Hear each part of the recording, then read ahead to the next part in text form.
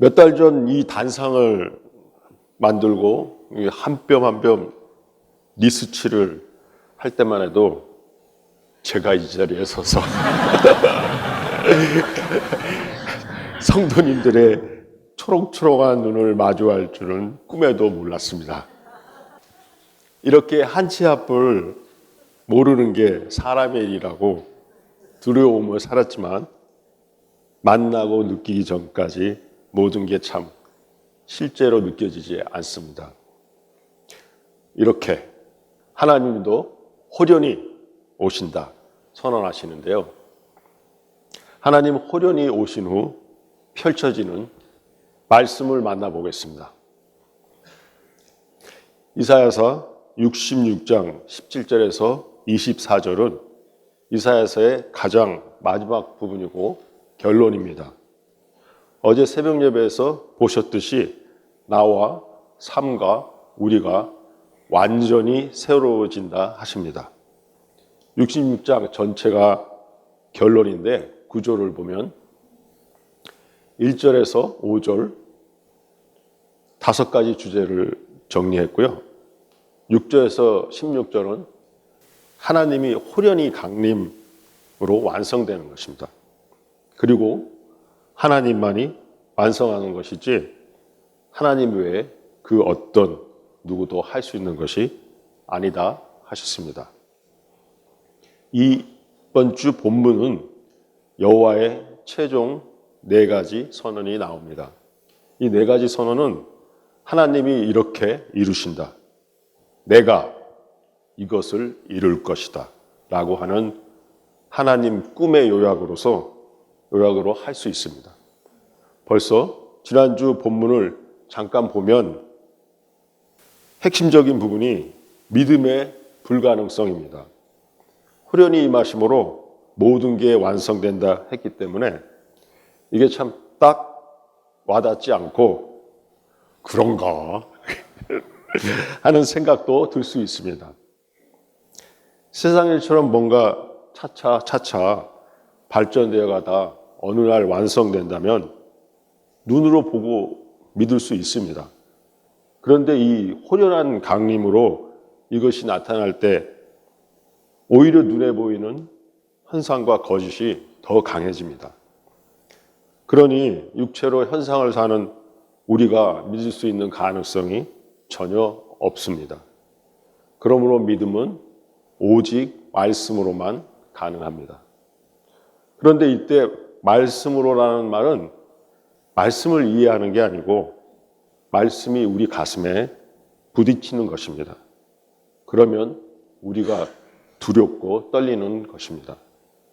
우리의 존재 기반에 지진이 일어나는 것입니다. 살면서 예상치 못한 일을 겪었을 때 온몸이 부들부들 떨리던 순간이 혹시 있으셨습니까? 그런 현상이 큰 일이 닥쳐도 그렇게 세상 다 끝난 듯 두렵고 떨리는데 이 말씀으로 인해서 그보다 더 차원이 다른 두렵고 떨림이 오게 되는 것입니다. 그래서 66장 2절 내 말을 듣고 떠는 자, 5절에 여호와의 말씀으로 떠는 자, 그렇게 말씀으로 떠는 자가 남은 자다 하는 것이 반복적으로 강조되는 것을 봅니다. 그것은 다른 말로 하면 우리의 에고는 거짓입니다. 그리고 변하지 않습니다.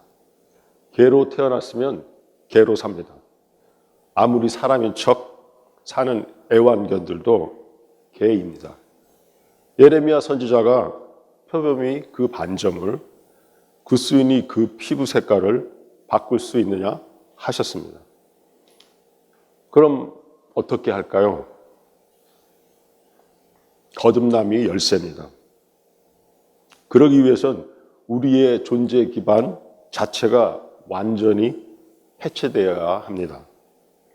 그것을 깨는 것은 말씀밖에 없다는 것을 수없이 들으셨죠? 그렇게 해체되면 그것이 걸음이 되어서 진정한 나가 피어나는 것입니다. 그런데 말로 쉬운데 왜 이렇게 힘듭니까? 에베소서에서 말씀하듯이 믿음은 내가 믿는 것이 아니라 믿음은 하나님의 선물이기 때문입니다. 지난주에는 또 여호와 하나님의 새 선언을 만났습니다. 9절은 나다. 생명을 잉태하게 하고 해산하게 하는 자가 나다. 그러므로 태를 닫을 리 없다.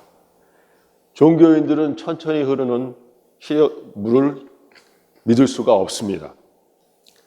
아는 외국인이 아는 친구가 한국인들과 일하면 제일 먼저 배우는 한국말이 빨리빨리라고 합니다. 특히 한국인들은 일을 해도 빠른 결과가 나오지 않으면 쉽게 그 일에서 손을 떼거나 바로 다른 것으로 바꾸어 버리는 경우가 종종 보입니다. 자식 키울 때 어떤가요? 어릴 때 뭔가를 할 듯 하는데 시간을 끌면 안타까운 마음에 부모가 후다닥 대신 해줍니다. 어떤 참을성이나 인내는 어릴 때서부터 가정과 사회에서 먼 얘기였습니다. 하나님의 관계에서도 이 영향일까요?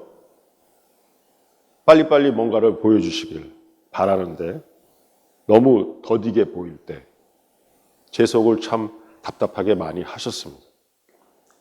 그러나 이사야서를 통해 천천히 흐르는 하나님의 섭리, 나의 시간이 아닌 그분의 시간에 반드시 이루시는 하나님을 봅니다. 그래서 하나님의 55장에서는 내 입에서 나가는 말도 이와 같이 헛되이 내게로 되돌아오지 아니하고 나의 기뻐하는 뜻을 이루며 내가 보낸 일에 형통함이라. 내 말은 반드시 이루어진다. 그래서 너의 종교로 내 일을 만들려 하지 말라 하심을 만납니다. 이어지는 12절에서는 이제 남은 자, 즉 구원받은 자들에게 보라, 내가 평강을 강같이 영광을 시내같이 그들은 내 품에서 논다 하십니다. 하나님 품에서 노니까 우주 만물의 신비를 누리며 즐거워하는 것이 아니겠습니까? 여기에서 아기의 이미지를 쓰셨는데요. 엄마 품에 안긴 아기가 얼마나 행복한지 상상이 되시죠? 우리도 다 그럴 때가 있었겠죠. 하나님의 현상계가 출발할 때 우리는 아기 같은 생명으로 출발합니다. 그리고 그 사랑 안에서 무한히 자라나는 것입니다. 이제 반대로 오늘 본문 17절은 종교인의 멸망을 얘기하십니다. 스스로 거룩하게 구별하며 스스로 정결하게 하고 종교인들은 거룩과 정결을 가꿉니다. 그런데 자기가 가꾸고 자기를 위해서 가꾸고 자기 거룩과 자기 정결입니다. 나나나 인셈이죠. 그러므로 하나님과는 아무런 상관이 없습니다. 왜냐하면 동산에 들어가서 그 가운데 있는 자를 따라, 즉 동산 가운데 있는 나무 선악과입니다. 창세기 2장 9절에 동산 중앙에 선악과 3장 3절에 동산 주황나무 열매가 나옵니다. 그런데 그것을 먹으면 결코 죽지 않는다라는 마귀의 말을 따르기 때문에 65장 2절을 보면 종교는 내 생각을 따라 만든 거룩과 정결과 구원과 희생과 헌신 등 모양새는 다 가지고 있습니다. 하지만 그 좋은 일들을 말씀을 따라하는 것이 아니라 자기의 생각으로 합니다. 그래서 결국 63장 3절 그들의 마음은 가증한 것을 기뻐한다고 하셨습니다. 얼핏 보면 나는 가증한 것을 기뻐하는 정도는 아니다 할 수 있습니다. 우리가 얼마나 거룩하고 아름다운 말과 단어를 많이 씁니까? 그런데 겉으로 보이기일 수 있습니다. 말로만일 수 있습니다. 그 속에 중심에는 진실이 없을 때가 있습니다. 교회당 다니며 주여 주여 하지만 진짜 관심은 자기뿐입니다. 마태복음 7장 23절에 산상수훈의 총 결론이 나옵니다. 22절, 우리가 주의 이름으로 선지자 노릇하며 주의 이름으로 많은 권능을 행하지 않았습니까? 그렇지만 23절, 그때에 내가 그들에게 밝히 말하되 내가 너희를 도무지 알지 못하니 불법을 행하는 자들아 내게서 떠나가라 한다고 주님이 말씀하셨습니다. 종교인들은 자기 거룩과 자기 정결을 만들 뿐 아니라 삶이 세상 사람과 똑같습니다. 돼지고기에 가증한 물건과 쥐를 먹는 자가 다 함께 망하리라 여호와의 말씀이니라. 여기서 우리는 함께를 눈여겨봐야겠습니다. 이 사람들의 삶은 가나안 족속과 삶과 가치관을 가지고 있습니다. 그때도 성공, 소유, 외모, 경력 같은 것들이 보여지는 것이 그들의 가치였습니다. 이번 주 특히 돼지고기를 많이들 묵상하셨을 텐데요. 왜 우리가 그토록 좋아하는 삼겹살에 성경이 태클을 걸었는지 영상을 먼저 한번 보시겠습니다. 성경의 정결례는 주로 위생과 오염에 관계된 것인데 돼지고기는 케이스가 좀 다릅니다. 돼지는 농업지역에서 기르기 적합한 동물이에요. 왜냐하면 돼지는 더우면 죽습니다. 그래서 그늘이 반드시 있어야 돼서 농업지역의 그 나무 또 없는 데는 축사를 지어주죠. 그리고 먹거리가 사람과 거의 비슷합니다. 그리고 털이 짧고 그 수가 작아서 물에서 뒹굴어야 됩니다. 그리고 물이 없으면 이게 오물에 뒹굴어서 병균의 온상이 되죠. 그래서 건조지역, 양이나 염소나 낙타를 기르는 건조지역에서는 기르기가 부적절합니다. 그러니까 BC 50세기까지 중동은 녹초지대였어요. 그래서 농사를 지었기 때문에 돼지를 많이 길렀고 돼지고기를 많이 먹었습니다. 그러나 아브라함 시대에는 이 사막화가 이미 완료가 돼가지고 물을 많이 사용하고 사료가 사람과 같은 이 돼지는 기르기가 굉장히 힘들었습니다. 그래서 이 돼지고기가 맛있고 먹기가 좋거든요. 그래서 일부 부여층만 이 돼지를 기르고 돼지고기를 먹을 수 있었고 또 그것이 가나안의 관습이에요. 가나안의 돼지고기를 다 먹었는데 부유층만 먹었습니다. 그러니까 이 성경은 이 돼지를 기르는데 그 노동에 이 물이 없고 사료가 부족하니까 엑스트라 노동을 돼지 기르는데 써야 되고 그 다음에 사료도 엑스트라를 써야 되거든요. 그러니까 가난한 사람은 굉장히 불공평하죠. 그러고 돈 있는 사람들만 먹기 때문에 이 위화감을 없애기 위해서 돼지고기를 금지시킵니다.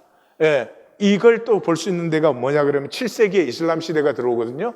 그런데 이슬람이 그 아프리카 북부를 정복했을 때는 별로 거기에 반대하는 게 없었어요. 근데 이베리아 반도, 유럽으로 들어갔을 때는 이 이슬람을 끝까지 저항해가지고 결국 이슬람이 거기서 쫓겨나오죠. 그 이유가 뭡니까? 아프리카 북부 지역은 건조 지역이어서 돼지고기를 먹지 않았어요.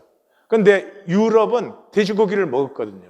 그런데 이슬람이 들어가면서 돼지고기를 먹지 못하게 하니까 그 위화감 때문에 끝까지 싸워서 격퇴한 것이 그 이슬람이 쫓겨난 이유 중에 하나인 것입니다. 그래서 성경에 돼지고기를 먹지 마라 하는 곳에는 이러한 사연이 들어 있습니다.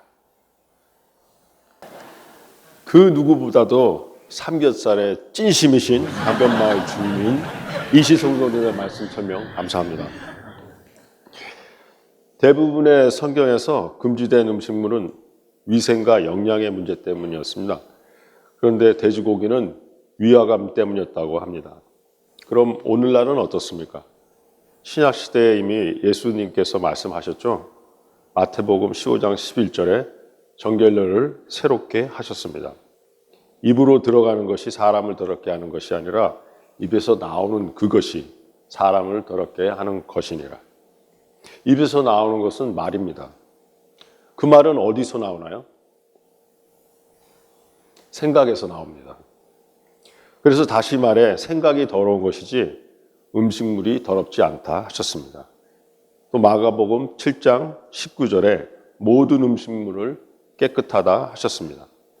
사도행전 10장 15절에 베드로가 기도하는데 내이기에 금지된 온갖 가증한 음식들이 보자기에 쌓여서 내려오니까 베드로가 난 못 먹는다 했죠.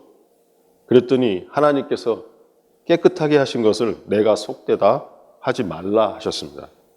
그러므로 지금은 음식으로 사람이 정결해지는 것이 아님을 만날 수 있습니다. 정결은 하나님의 말씀을 우리의 가슴으로 받음으로 우리가 정결해지는 것입니다. 마지막 24절을 먼저 나누겠습니다. 눈치채셨겠지만 17절에서 여호와가 선언하신 것을 24절에 선지자가 받아서 선포함으로 이사야 전체가 마감되는 구조입니다.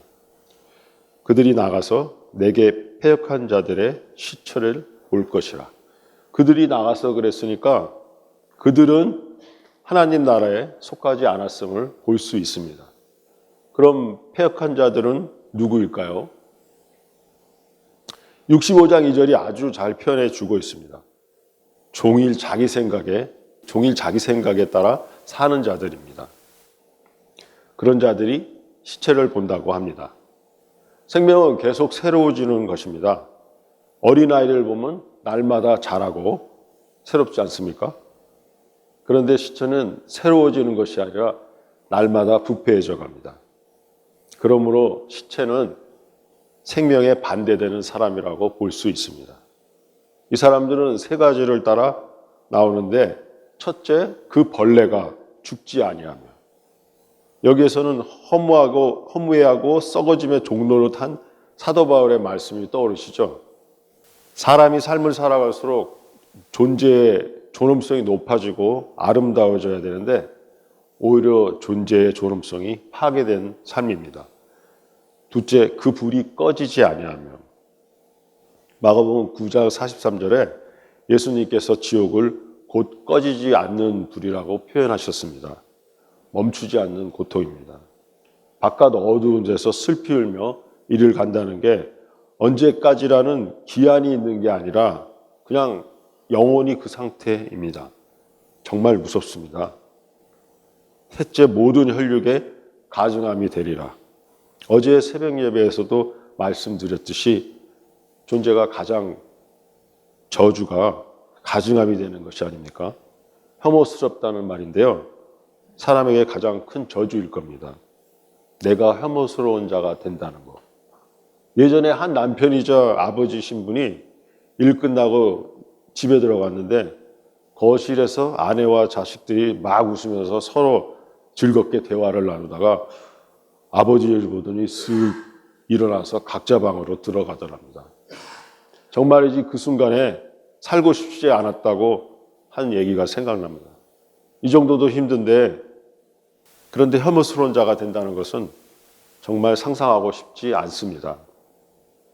18절에서 19절은 남은 자들의 복과 영광을 선포합니다. 그래서 창세기 12장 아브라함을 부르시고 너는 복이 될지라 하는 것이 성취되었습니다. 복 있는 사람이 되어라가 아니라 존재 자체를 복으로 선포하셨습니다. 그랬음에도 불구하고 후에 그 자손들은 세상에 좋아 보이는 것들을 하나님의 이름으로 달라 복 달라 요구합니다. 지금 우리의 모습과 크게 다르지 않습니다. 돈 더 벌게, 성공하게, 문제없게, 편안하게, 유명하게, 내 자식만 등등등 복이라 여기고 하나님의 이름으로 주시옵소서 하고 있습니다. 복과 영광은 가증함의 반대입니다. 종교인과 달리 남은 자들은 생명을 나눕니다. 생명을 나누고 생명을 나눈 만큼 보람과 가치와 기쁨이 충만해지는 것입니다. 18절 내가 그들의 행위와 사상을 아노라. 때가 이르면 문나라와 언어가 다른 민족을 모으리니 그들이 와서 나의 영광을 볼 것이며 하나님의 영광은 만물이 하나 된 것입니다. 지금 현상계는 단절되어 있으므로 영광이 감추어져 있습니다.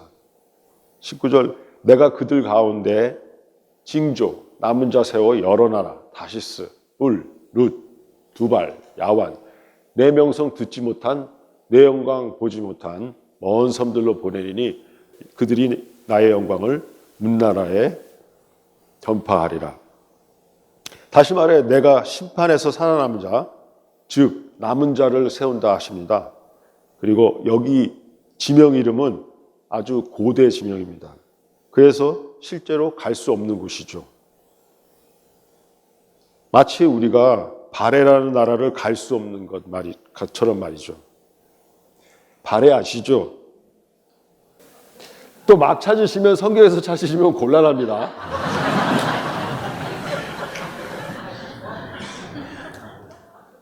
실제로 가는 것이 아니라 그 고대로부터 나누어져 있던 그 나눔이 원천적인 하나됨, 하나임이 이제 증거되게 되는 것입니다. 그래서 남은 자들은 땅끝까지 생명의 나눔을 하나됨을 전파하는 것입니다. 그런데 여기서 땅끝까지 그러면 땅끝만을 얘기하는 것이 아닙니다. 땅의 모든 자리를 말하고 있습니다. 그러므로 우리가 살고 있는 이 자리도 우리에게는 복음을 전하는 땅이 될 수 있음을 말씀하십니다. 평소 나의 말, 행동들이 복음을 전하는 선한 영향력이 되는지 다시 한번 점검해 보면 좋겠습니다. 그리고 하나님의 영광을 알면 하나님 안에 하나됨을 알면 반드시 전하게 되어 있습니다. 단절된 세상에 살지만 하나님 안에 우리 모두가 하나라는 것을 만난 사람은 말씀을 전할 수밖에 없겠죠. 그래서 이 말씀을 선포하는 자는 이미 음부의 권세에서 자유한 것임을 알 수 있습니다. 왜냐하면 음부의 권세는 단절을 기반으로 우리를 종노릇 시킵니다. 그런데 이제 우리는 하나입니다 라고 선포하고 이제 하나님께 이 하나됨을 우리 가운데 이루고 계셨으며 이제 완성의 날을 우리가 볼 것이다 라고 선포하는 자는 이미 음부의 권세에서 자유한 자이며 승리를 누리는 자이기 때문입니다. 그래서 64장 18절에서 19절에 하나님의 기쁨을 기뻐하고 24절에서는 하나된 통을 누리고 25절에서는 함께 된 사람들입니다. 20절에서 23절은 여호와 하나님의 최종 4가지 선언입니다. 절마다 say 야훼 여호와의 말이라고 강조되어 있습니다. 20절 이스라엘 자손이 예물을 깨끗한 그릇에 담아 여호와의 집에 드림같이 어제 예배 때 말씀드린 것처럼 여기서 예물은 소재를 말합니다. 원래 선물을 의미하고요. 여호와의 집은 더 이상 건물로서의 성전이 아니라 고린도전서 3장 16절, 고린도후서 6장 16절, 에베소서 2장 21절 등의 말씀처럼 하나님의 성도들이 함께하는 곳, 두세 사람이 내 이름으로 모인 곳에 하나님은 임재하시고 하나님이 임재하는 곳이 하나님의 집이고 성전인 것을 익히 들어 알고 있습니다. 속죄제는 부지중에 지은 것, 속건제는 범죄한 것, 화목제는 하나님과의 관계가 틀어진 것들에 대한 제사, 이제는 없어졌습니다. 이제 드리는 제사는 매일의 소재입니다. 그것을 깨끗한 그릇에 담는다는 말씀은 우리의 삶을 하나님께 드린다는 것이죠. 매일매일의 삶을 감사함으로 하나님께 드리는데 깨끗한 일상에 담아 드린다는 것입니다. 그들이 그렇게 살았기 때문에 먼 섬들로 보내심을 받았고 이제 그들이 모든 형제를 여호와께 예물로 드리게 된다. 즉 땅끝까지 보낸 자들이 깨끗하고 귀하고 가치 있는 삶을 사는 것을 보고 자신들도 그렇게 매일의 삶을 깨끗하고 귀하고 가치 있게 사는 온 세계의 남은 자들이 생기는 겁니다. 그들 또한 하나님께 감사함으로 드려지는 삶을 살게 되는 것입니다.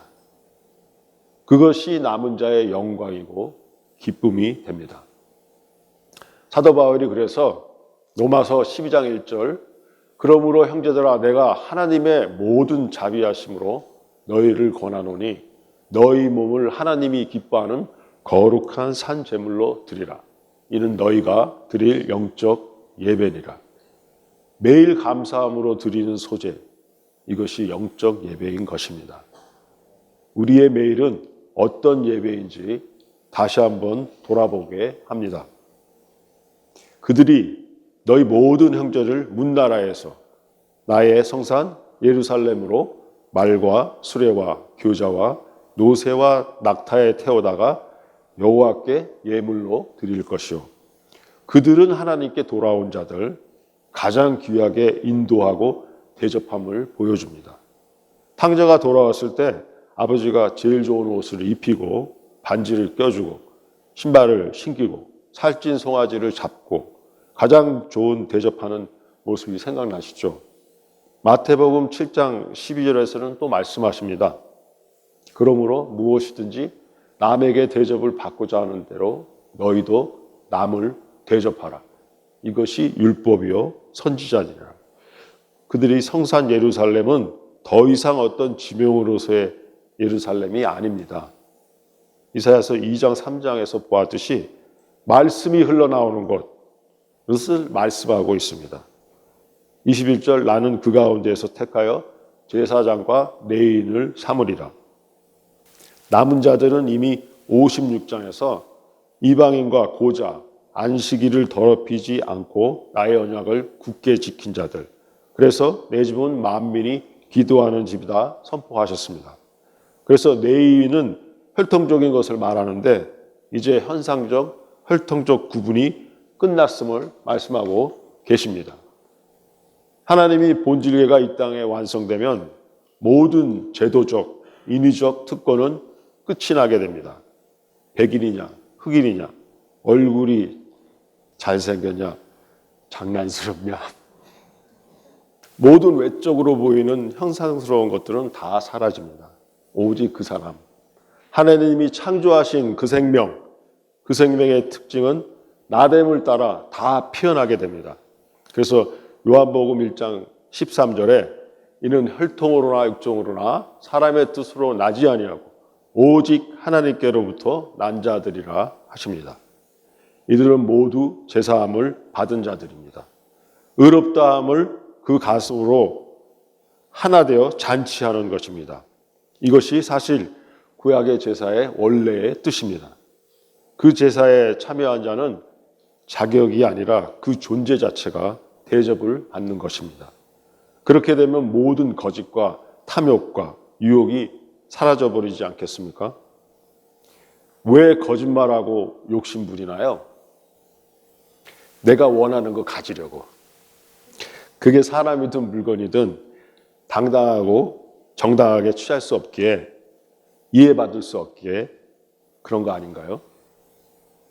또 조건과 상황, 혈통, 자격, 계급장 같은 것으로 대접받기 때문에 자꾸 내가 뭐인 것처럼 보이는 외식이 나타나게 됩니다. 그런데 참 구원은 그 거짓된 나 보이기 위해서 그냥 나로 평안하고 안식하고 행복합니다. 그러므로 너에게도 내가 복이 되고 나에게도 너가 복이 되는 이 일이 이루어지는 것입니다.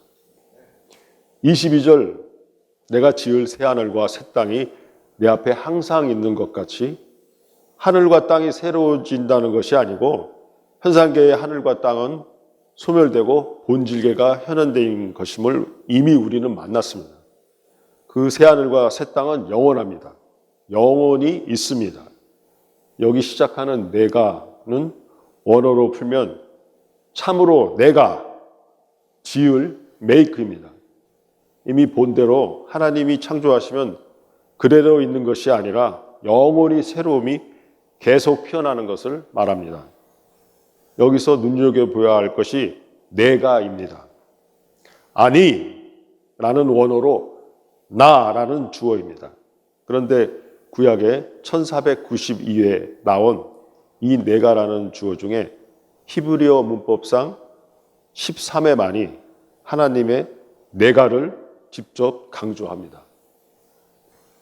대부분 창세기 창조 부분에서 나오는데요. 그런데 13번째 마지막 내가 부분이 이 66장 마지막 부분에서 나옵니다. 내가 섭리를 통해서 완성시킨 이 본질계는 영원하다. 그리고 그 영원한 세계에서 너희 자손과 너희 이름이 영원하다. 여호와의 말씀이다 하십니다.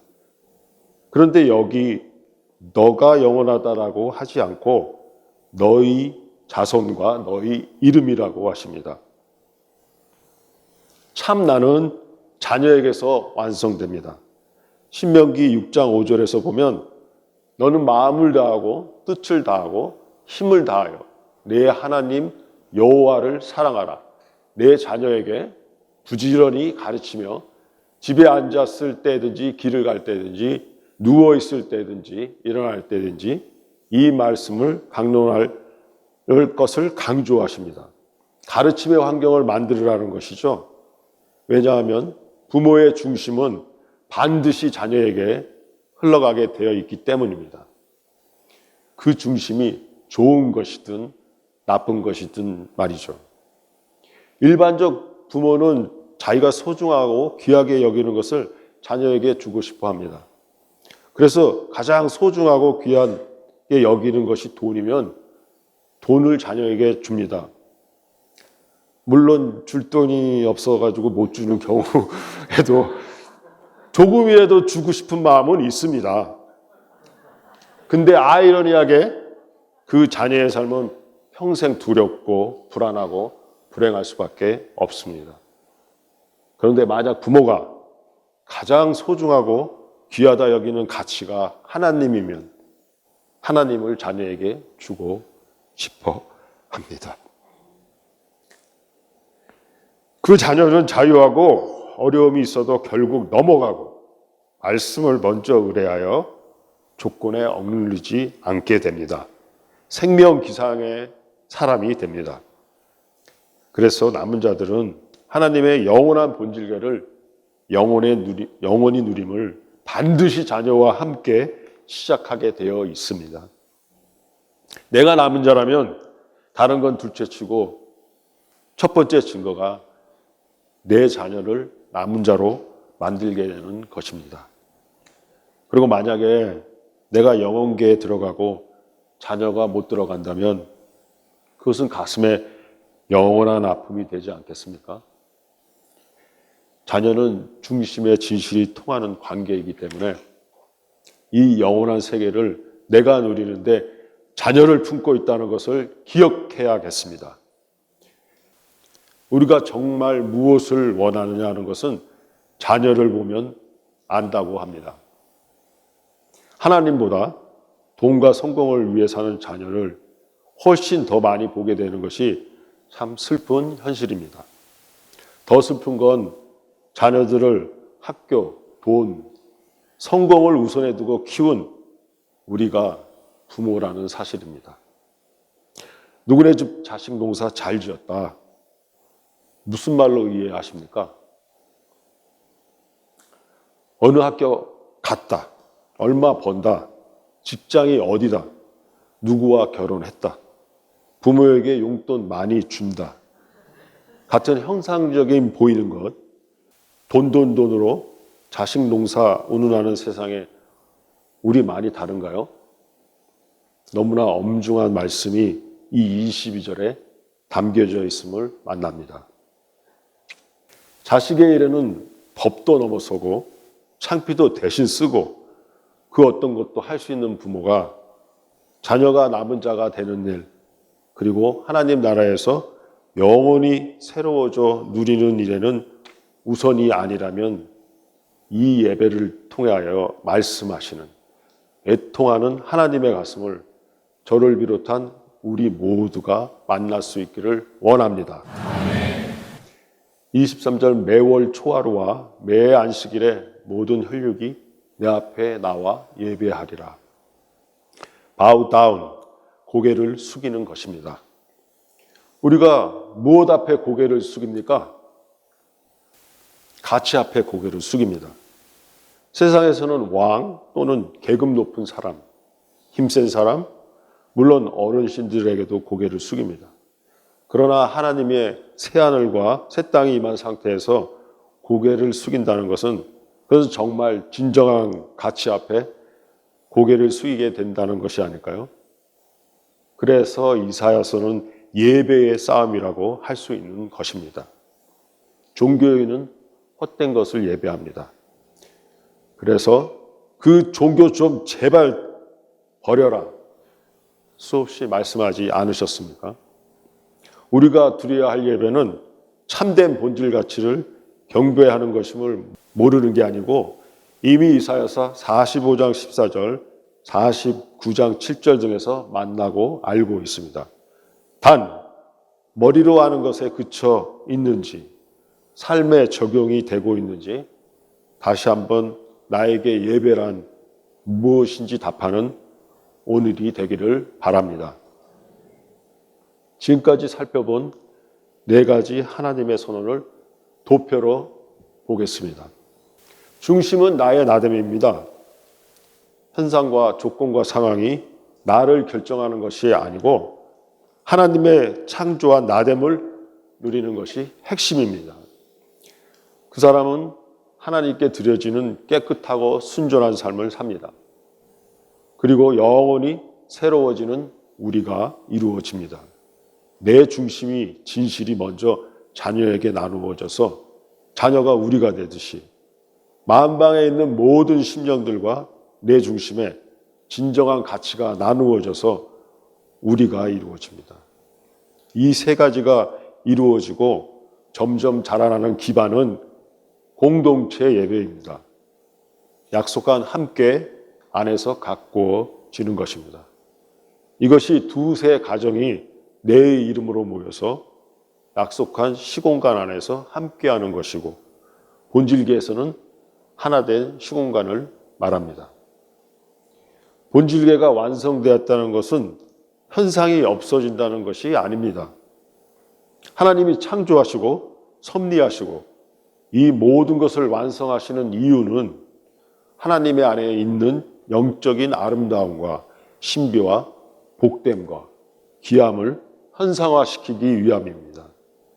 현상계의 현상은 단절된 거짓이지만 하나님 나라에서의 현상은 본질로부터 피어난 하나된 시간과 공간으로 신비와 복과 사랑과 아름다움을 가득 담고 그것을 즐거워하며 누리는 것입니다. 하나님 나라가 완성되었을 때 예배를 마지막으로 살펴보겠습니다. 이 예배에서 첫째, 보내심을 받음을 누립니다. 지금 이 현상세계의 보내심은 받음은 복이 아니고 핸디캡입니다. 조건과 상황 속에서 보내심 받음은 하나님의 복으로 누릴 수가 없습니다. 늘 남을 의식하고 인정받기를 애쓰기 때문이죠. 왜 나는 이런 집에서 태어났을까? 왜 여자로 태어났을까? 남자로 태어났을까? 백인이 아니고 누리끼리야 할게 등등 말이죠.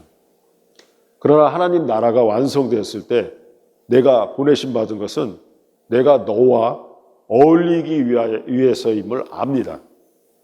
나의 부족함은 너의 사랑으로 나를 채우고 너의 부족함은 나의 믿음과 관심과 소망이 너를 채우는 것이고 이처럼 하나님 앞에서 하나로 어우러지는 것입니다. 서로가 서로에게 복이 되어지는 이러한 삶이 확증이 되어지고 삶이 피어나는 것이 예배입니다. 그러므로 이 예배는 우리는 어린아이 같습니다. 나의 나됨을 즐거워합니다. 나뿐만 아니라 모두가 나의 나됨으로 즐거워하기 때문에 우리가 모인 자리는 항상 삼겹살 잔치가 되는 것입니다.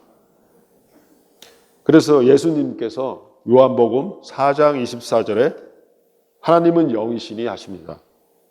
뇌로는 하나님을 알 수 없습니다. 뇌로 거룩과 정결을 만들려 하지만 하나님은 영이시니 생각은 끝장이 나게 됩니다. 예배하는 자가 영과 진리로 할지라. 다시 말해 육과 거짓으로 하지 말라는 것입니다. 육과 거짓으로 모인 예배는 사람에게 보이기에 치중하느라 어린아이가 될 수 없습니다. 뇌의 개성과 생각이 빠르게 돌아가기 때문입니다. 때론 나의 나됨, 어린아이 하니 자기 마음대로 더 치우치는 경우가 있습니다. 그것도 자기 생각인 거죠. 육과 거짓으로 모인 예배는 저주가 됩니다.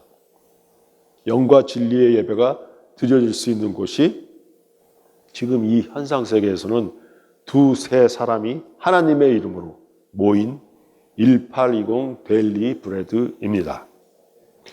물론 이 또한 우리의 선택입니다. 아직 우리에게 선택하고 행할 수 있는 기회가 있습니다. 내가 선택하고 행하는 삶과 그 중심이 우리의 자녀의 삶에도 스며들고 대물림 된다는 것을 꼭 기억하는 매일매일이 될 것입니다. 아멘. 2021년 12월부터 왜 돌이키지 않느냐 하시는 이사야서를 통해 하나님의 말씀을 붙잡고 약 2년 9개월을 달려왔습니다. 그 사이 공보다 0.5초 발이 늦었던 족구 재수생 이모식 성도님, 또 이시 성도님과 맞짱을 뜰 정도로 프로 입단을 앞두고 있습니다. 몸으로 훈련을 해도 이렇게 눈부신 발전이 있었던 시간이었는데, 성도님들, 수없이 들은 종교인, 남은 자, 나뉜다 하는 엄중한 말씀이 이제는 두렵고 떨리십니까? 저는 오늘 왜 돌이키지 않느냐 하셨던 하나님의 말씀을 왜 아직 회개하지 않느냐로 받고 소멸될 수밖에 없는 나를 아직도 안타까운 가슴으로 기다리시는 하나님 앞에 무릎을 꿇습니다. 기도하시겠습니다.